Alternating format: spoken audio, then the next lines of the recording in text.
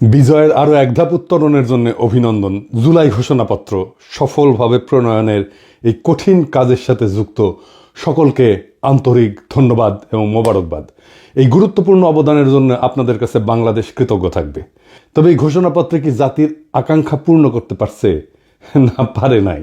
এই ঘোষণাপত্র আরও সর্বাঙ্গ সুন্দর হইতে পারত যদি কিছু সীমাবদ্ধতা দূর করতে পারত। এটা হয় নাই সম্ভবত দুইটা কারণে। এক, রাজনৈতিক দলগুলোর মধ্যে অর্গানিক ইন্টেলেকচুয়াল ক্যাপাসিটি বা বুদ্ধিবৃত্তিক ক্যাপাসিটি এটা না থাকা, বা নেহায়েতি বিপ্লবের আকাঙ্ক্ষা বুঝতে ব্যর্থ হওয়া। আমি এই জন্যই বলি যে বিপ্লবের আকাঙ্ক্ষা প্রচলিত রাজনৈতিক দলগুলো ধারণ করতে না পারলে নতুন রাজনৈতিক শক্তি উত্থিত হবে। আসেন এখন আমার মতে এই ঘোষণাপত্রে 5টা প্রধান সীমাবদ্ধতা নিয়ে আলাপ করি। অনেকেই অনেক বিষয় নিয়ে আলাপ করতেছেন, সবগুলোই ভ্যালিড।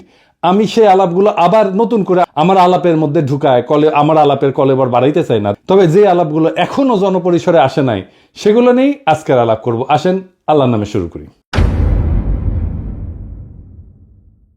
ঘোষণাপত্রে উপনিবেশিক শক্তির বিরুদ্ধে দীর্ঘ লড়াই সংগ্রামের কথা বলা হয়েছে, কিন্তু ব্রিটিশ উপনিবেশিক শাসনের বিরুদ্ধে এই অঞ্চলের মানুষের লড়াইয়ের ধরন কেমনে হয়েছে, এই লড়াইটা, তার কর্তা সত্তা এবং রাষ্ট্র বাসনার যে অর্জন 1947 সালে পূর্ব পাকিস্তানের স্বাধীনতা প্রাপ্তির কথা এই ঘোষণাপত্রে উল্লেখ নাই।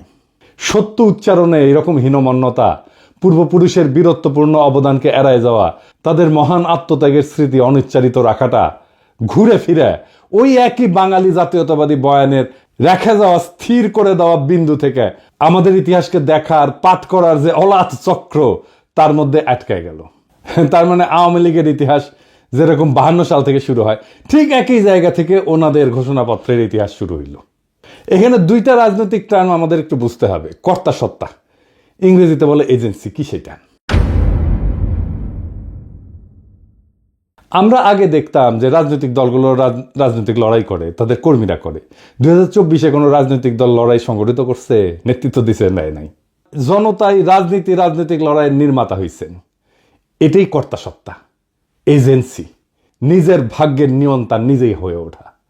2024 সালের বর্ষা বিপ্লব আমাদের দেখাইছে যে সাধারণ মানুষ চাইলে নিষ্ক্রিয় দর্শক বা শাসিত প্রজাতিকা দেশের রাজনীতির সবচেয়ে বড় খেলোয়াড় বা সক্রিয় কর্তা হয়ে উঠতে পারে।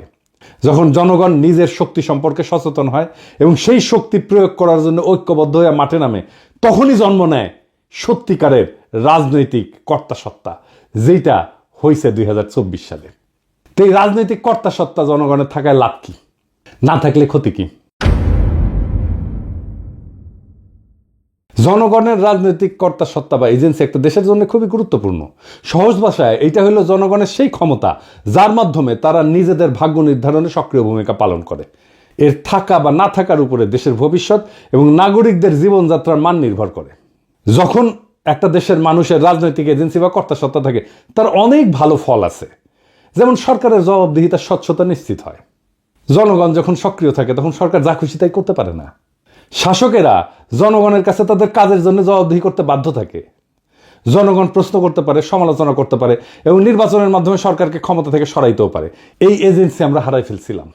নাগরিক অধিকার সুরক্ষিত থাকে, মানে রাজনৈতিকভাবে সচেতন এবং সক্রিয় জনগণ তাদের সাংবিধানিক এবং মানবিক অধিকার, যেমন বাক স্বাধীনতা, সমাবেশের স্বাধীনতা, ন্যায় বিচার পাওয়ার অধিকার, এই সম্পর্কে সজাগ থাকে।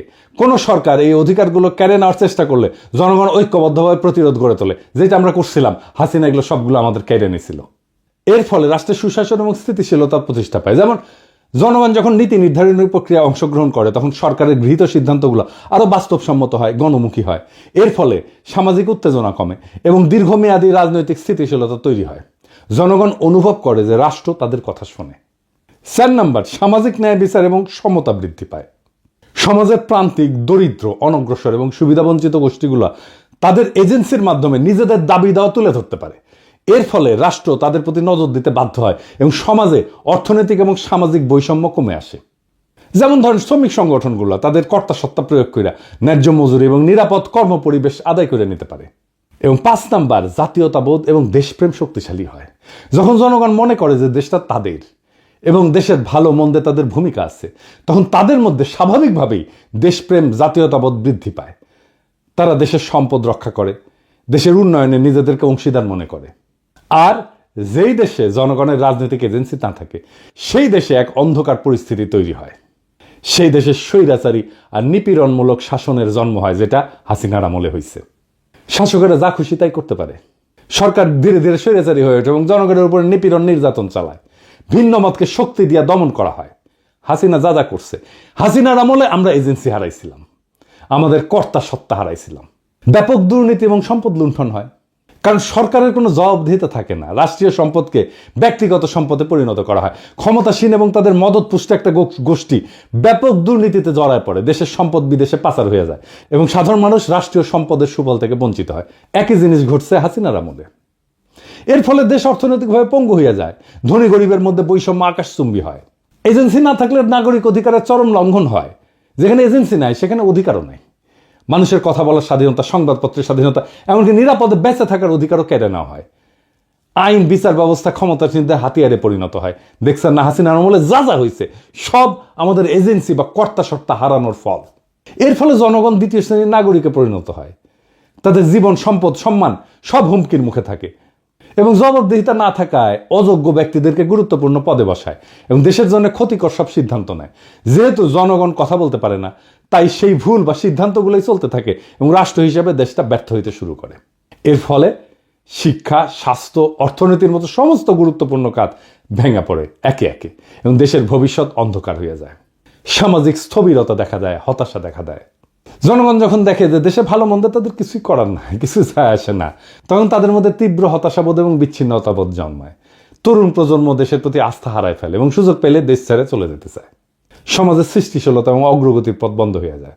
তার মানে জনগণের রাজনৈতিক এজেন্সি বা কর্তা সত্তা, এটা হইতেছে একটা সুস্থ কার্যকর রাষ্ট্রের হৃৎপিণ্ড।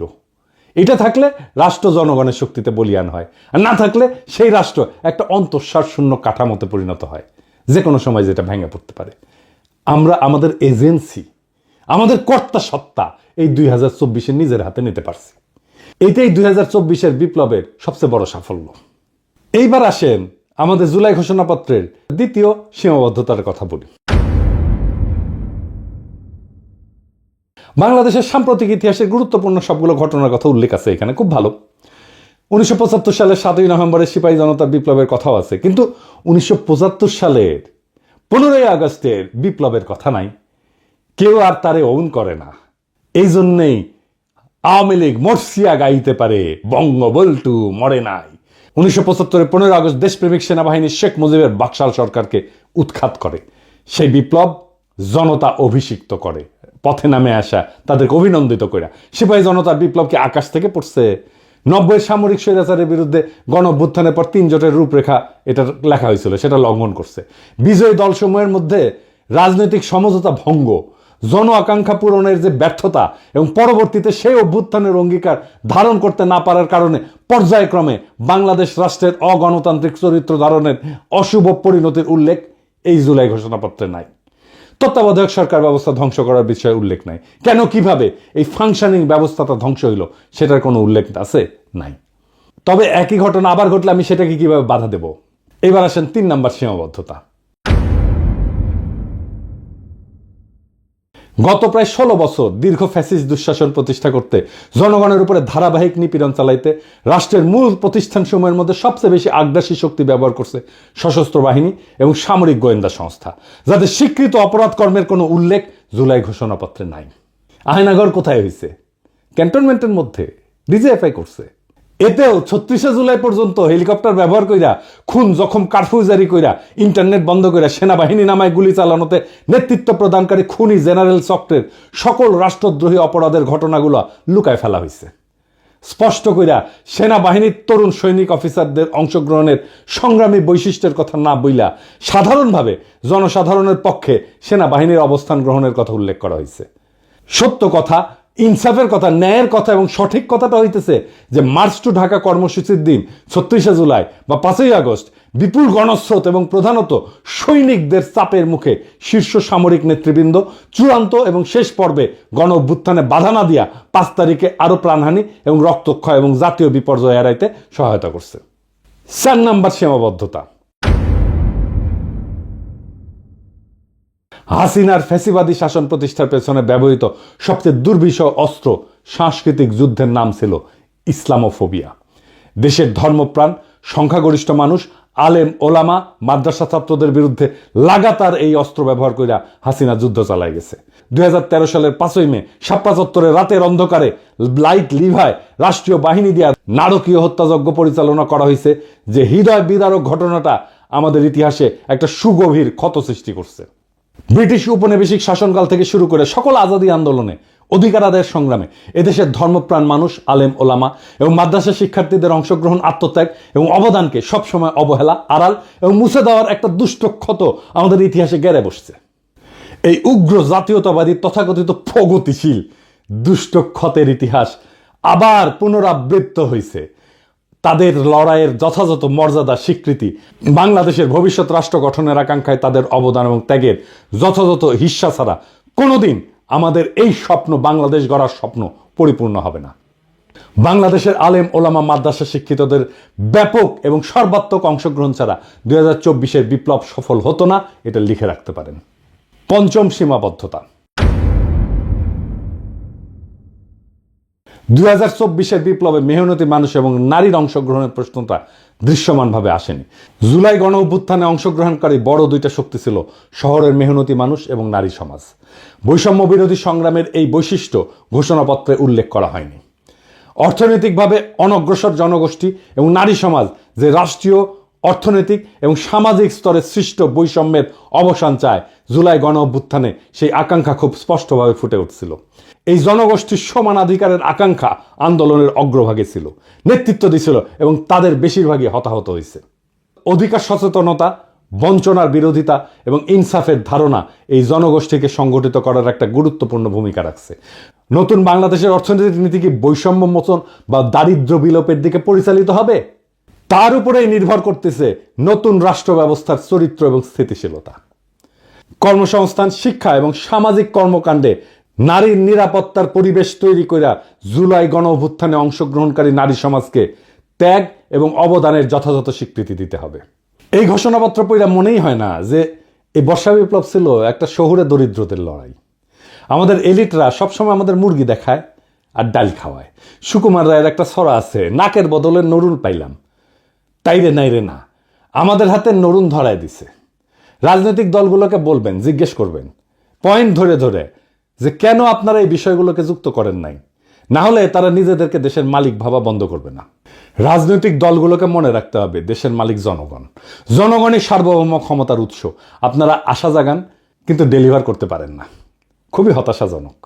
জুলাই ঘোষণাপত্র একটা গুরুত্বপূর্ণ মাইল ফলক, এতে কোনো সন্দেহ নাই, কিন্তু এটা কোনোভাবেই শেষ গন্তব্য না, শেষ কথা না। এটা আমাদের দীর্ঘ লড়াই, ত্যাগ এবং স্বপ্নের এক ক্ষণিক প্রতিফলন, যার পেছনে আছে বহু রক্ত, অশ্রু আর আশার গল্প।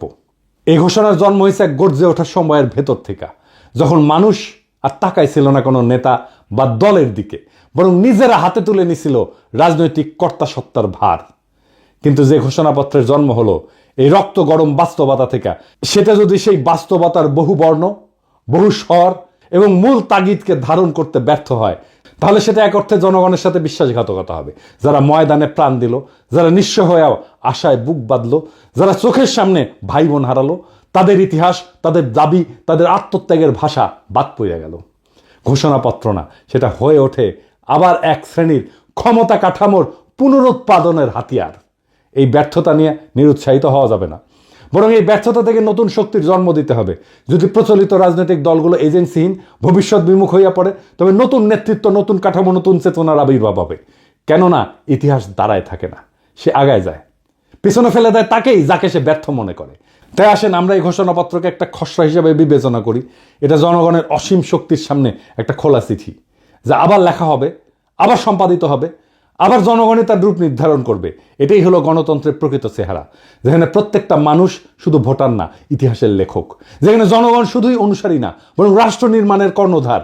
আমরা যারা আজ প্রশ্ন করতেছি, সমালোচনা করতেছি, তারা কেউ এই প্রক্রিয়ার বাইরে না, বরং এই চর্চাই আগামী দিনের সুসংগঠিত, সুবিচার ভিত্তিক, ন্যায় ভিত্তিক, ইনসাফ ভিত্তিক বাংলাদেশের ভিত্তি করবে। বর্ষা বিপ্লব একদিনের ব্যাপার না, এই শুরু, শেষ না। এইটা একটা যাত্রা, এটা একটা জার্নি। এইখানে গন্তব্যের দিকে যাত্রা আছে, কিন্তু গন্তব্যে পৌঁছানো নাই। গন্তব্য সবসময় অধরা থাকে। আমরা প্রত্যেক দিন একটু একটু করে অগ্রসর হই, আরো ভালো, আরো প্রগতিশীল, আরো মানবিক আর একটা রাষ্ট্রের দিকে। এটাই আমাদের যাত্রা, এটাই আমাদের রাজনীতি, এটাই রাষ্ট্র গঠন। ইনকিলাব জিন্দাবাদ।